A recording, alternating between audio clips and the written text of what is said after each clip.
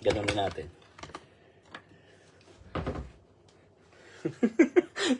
Nanaw rin. Grabe yung talaba to.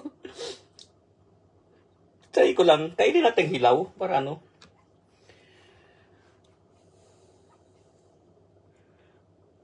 Nakita ba kayo ganito kalasi talaba, oh?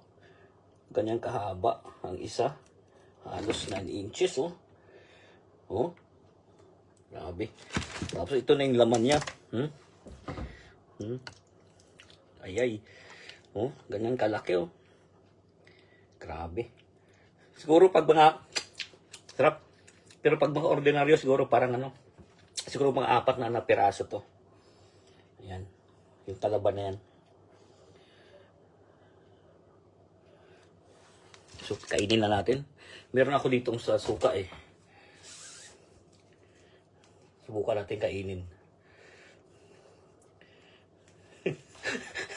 Sinano ko lang kanina ba? Natuwa ko doon kanina sa ano sa nung pagkakita ko. Kasi first time ko makakita. Ganito ba naman kalaki ni Shell eh, oh. Oh?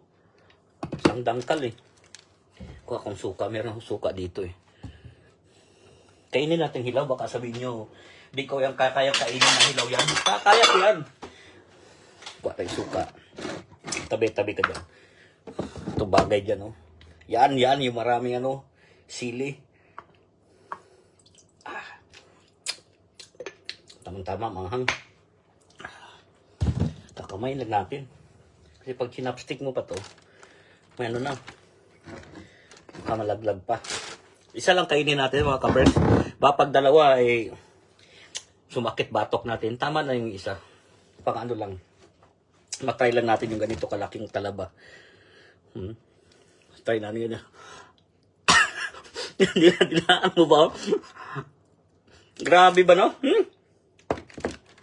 Ang pangit pa lang sagwa pala pag sobrang laki, no? Yan, no? Isa lang yan, no? Kainin na natin. Kung patagalin pa.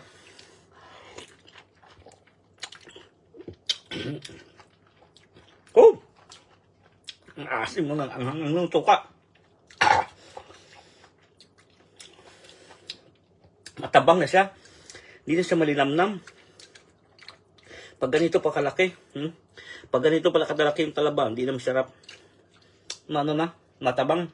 Hindi ka tulad pag maliliit. Malinamnam.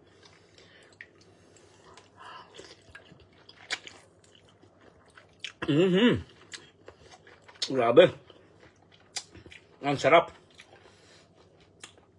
Yung suka masarap, yung talaba hindi. Oh, grabe yung anghang.